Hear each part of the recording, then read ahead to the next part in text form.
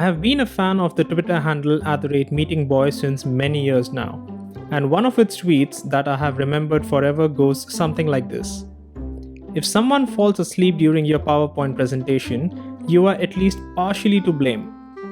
And that is true with many teams where individuals mostly engage using conventional structures like presentations and managed discussions. The problem with most of these is that the decision making is usually owned by one person while utilizing a centralized mechanism to control the content. That's where liberating structures are different and make it possible to include everyone in the decision making process, regardless of the group size, and this happens with distributed control of the content. To discuss this in more detail, I invited a good friend of mine, Rucha Kapare, who's been an advocate of liberating structures. She's the head of business analysis at Springer. She utilizes liberating structures on a job more than one would expect and has presented it at numerous conferences. So, welcome everyone as we unleash creativity. I am your host Vishal Prasad, and this is Enterprise Joy, educating organizations to be awesome.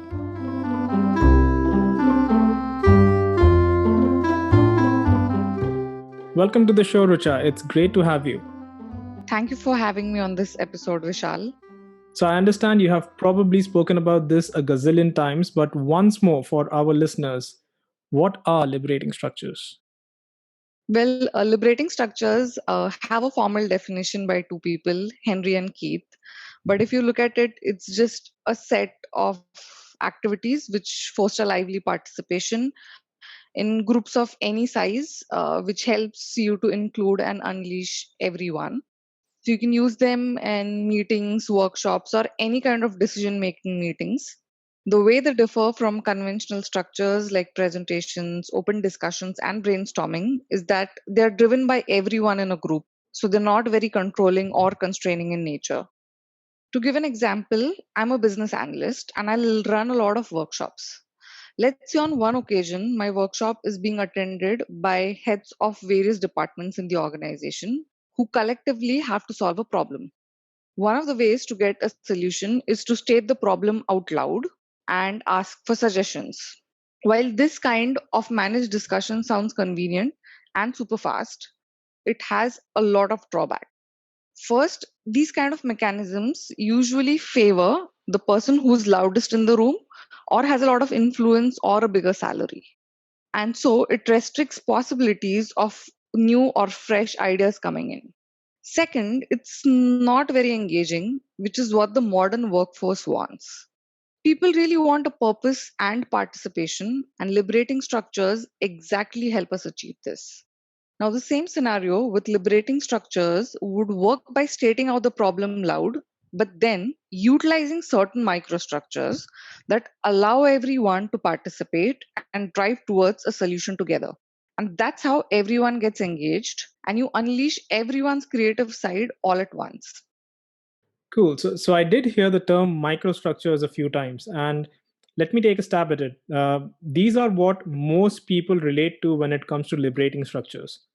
So most of us are aware of certain conventional structures, as you said, like presentations, open discussions, managed discussions, brainstorming.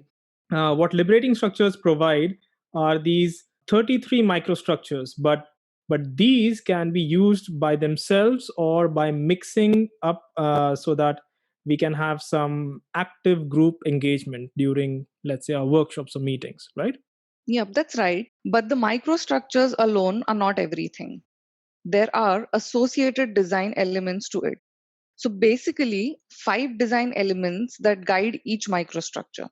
You begin by making an invitation, which is usually the question that drives the activity.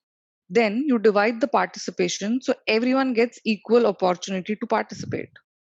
There's a configuration of groups and space. And finally, there's a sequence and time allocation. Okay, so by time allocation, you mean we are talking about time boxing here. And that's important to point out because that doesn't mean that you'll get to an answer when the time box expires, but it's more to take a pause, reflect, and continue if needed. And there are a few principles, or rather, if I say do's and don'ts, that guide these behaviors. So, would you mind elaborating those principles, Rocha? Having a clear purpose before we begin on anything is always an important step. It gives us a common direction to proceed and a sense of accomplishment when it's done. If this purpose is achieved by including everyone and unleashing their thoughts, it automatically gives everyone a sense of ownership and responsibility, along with the freedom to act and suggest. Experimenting by taking small steps might eventually help us achieve big results. And this not only helps in building trust on self and within teams, but it also develops a deep respect for team members and the solutions that they provide. And basically, these are the principles that we need to keep in mind. And the microstructures and design elements only allow for these principles to be put into action. So it is possible, let's say, for our listeners to create their own microstructures as long as the principles are aligned and the design elements are applied. Exactly. Okay. So let's do one thing, Rucha. We have the principles, we have the design elements. Let's deep dive into the microstructures because they are pretty much the crux of liberation. And what we'll do is let's go back and forth between the two of us and explain our top three liberating structures. So let's start with you. Which is your first favorite liberating structure? I would begin with my favorite, which is 1, 2, 4, all. Also, because it is the basis of many other structures or can be used with many other structures. It's really very easy to use and it ensures immediate participation from almost everyone. Mhm. So it's pretty straightforward. Consider you're solving a problem as a group. So you ask a question. Say, for example, for a given goal, what ideas would you suggest for making progress? Mhm. So once you've posed this question, ask people to think about it individually. Say, give them a minute or so to introspect on it. Once they've done this, you ask them to form pairs. And now within pairs, you ask them to discuss the goal that you want to achieve. So once this is done, combine the pairs to form groups of four and look for any patterns like similarities and differences. And eventually combine all groups and ask for any striking ideas that came out from each group. So this way you've ensured that everyone in the room has participated, say within a period of 10 or 12 minutes. Mhm. Also, because these suggestions are coming from people, there's a lot of ownership. So you're basically ideas to move towards a goal. That's nice. So, okay, so for me, I'll start with my number three. That's wise crowds. So wise crowds can be used for getting answer to any question for which an individual is looking for an answer to. And it looks very similar to the example that you stated earlier, but with a subtle difference. So the invitation is where an individual or a client poses a question to the crowd for which they need an answer. And the crowd can act as, let's say, consultants to provide the solutions. So the client is given 2 minutes for the question, and the consultants then get 3 minutes for any clarifications that you want. But after that, the consultants get 8 minutes to discuss with each other and offer advice to the client while the client has their back turned towards the consultants and just listening and taking notes. And finally, there's the 2 minutes where the client provides feedback as to what was helpful and their key takeaways. And the part I like the most in this one is making the client an active listener, which may not happen in, let's say, a managed discussion. And that's where the subtle difference lies. So, yeah, that'll be my first one. Which will be the next one for you, Rucha? I'll say 15% solution. Hmm. So, whenever we face a challenge, 85% of the times we end up feeling helpless about it if we don't have a solution to it. Now that we're living in a VUCA world, which is necessarily a volatile, uncertain, complex, and ambiguous world, we face these situations day in and day out. There are still a lot of things which we call as 15% solution. This is exactly like moving just a few rocks in the river bed, which might eventually change the course of direction of the river. So these are things basically you can do as an individual where you have the freedom to act without needing any more permissions or any more resources. So things like these could be done immediately to create an impact. Hmm. So, for a personal or a professional challenge, ask the group like, what is your 15% solution? What is the best you can do without having more authority or more resources just by doing the things in your control? So pose this question, introspect alone for a minute or so, then discuss it in a pair or in groups. So, what essentially happens is it helps you move away from blockages and negativity, and it constantly reminds you that there's always a scope or always a 15% unused capacity which is available to us to solve any personal or professional challenges that we have. But I did observe, so even in this one, you do a little bit of 1, 2, 4 all, as in when you do a minute for yourself and a pair. So this kind of is an example of like mixing things together. Exactly. Yeah. So my next one will be open space technology, and this particular one can take a long time. So sometimes it even goes up to like 3 days or something. And this for me is the most creative microstructure because it allows for loads of creativity, starting even with the co creation of the agenda itself. So it has a law of 2 feet and it has 4 principles of participation. And the law of 2 feet simply means that if you are in a particular space which you do not find interesting, you can just move on and no one has any hard feelings. The 4 principles are: whoever comes are the right people, whatever happens is the best thing that could have happened. It starts when it starts, and whenever it starts, it's the right time, and it ends, or rather, when it's over, it's over. And these 4 principles are so amazing because it allows for the open space to get that creative freedom that everyone is looking for.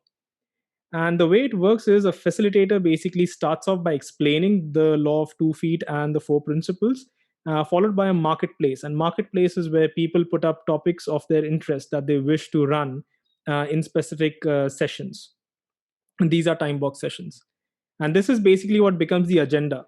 And once you have the agenda, it is followed by multiple rounds of spaces and ends with a daily debrief. So, this is a good way for running, let's say, innovation days or hackathons or coaching camps.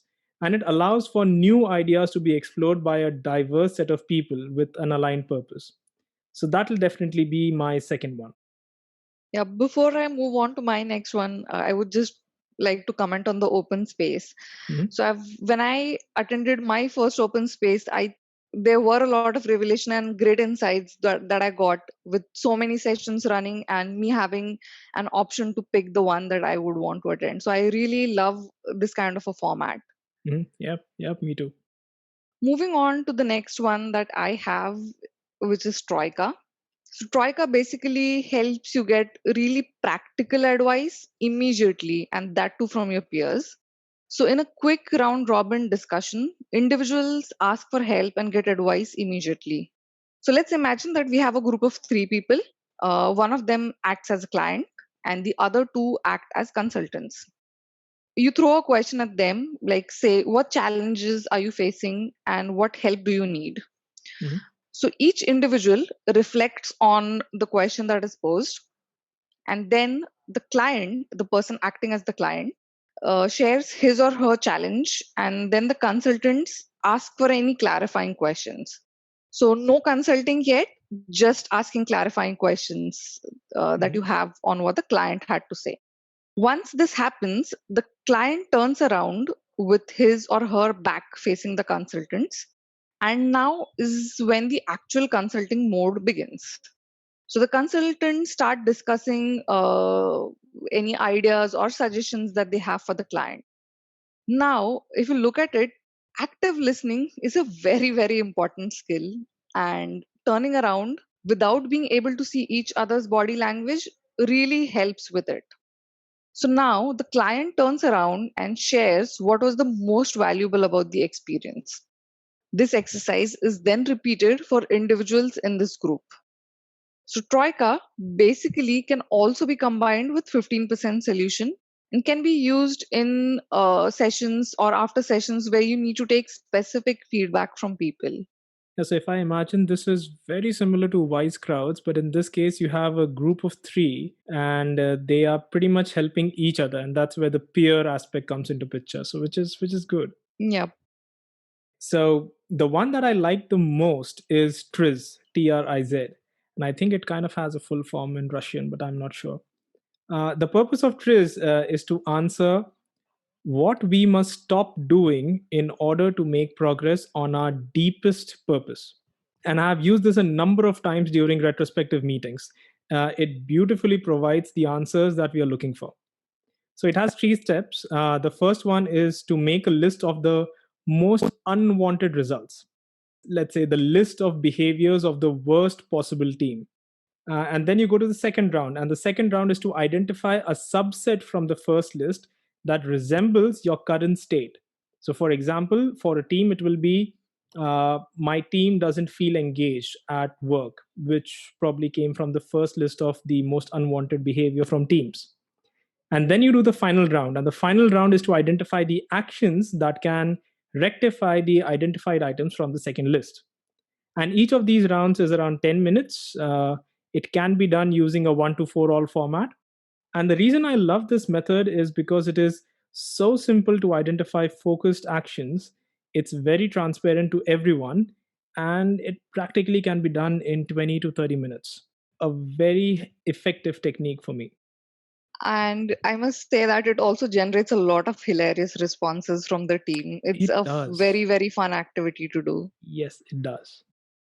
Yeah, so there you have it, folks. Rucha and my top three liberating structures.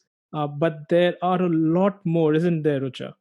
Yes, so there are 9 whys, the wicked questions, impromptu prototyping, celebrity interviews, conversation cafes, and many, many more. I would say another 27 more to cover. And these can be combined to design our own structures that allow us to fulfill our purposes during any engaging activities. Okay, so we are out of time for this episode, folks, but Rucha has very kindly agreed to record a bonus episode for us that covers the remaining structures. And once it is done, I'll make it available exclusively for Enterprise Joy patrons. So if you're not one yet, then do visit patreon.com/enterprisejoy and check out the exclusive benefits that patrons receive. For now, thank you so much for joining, Rucha. It was a delight to have you on the show. Likewise, thank you, Vishal. It was a pleasure to be on this episode. That was Rucha Kapare discussing engagement with liberating structures. I will leave a link to her profile and references from today's episode in the show description. If you found this discussion just as educational as I did, then do subscribe to Enterprise Joy wherever you listen to podcasts. A shout out to our new patron Anjana Ajay for supporting this podcast. Thank you so much for joining our quest. And if you would like to support this podcast as well, then become a patron on patreon.com/enterprisejoy. Patrons receive some exclusive benefits like access to the bonus episode from Rucha. So do check out what we have to offer. The details of the upcoming episodes can be found on enterprisejoy.com, and do leave your feedback and comments about this episode so our podcast can continuously improve. So until next time, thank you for listening, take care and stay safe.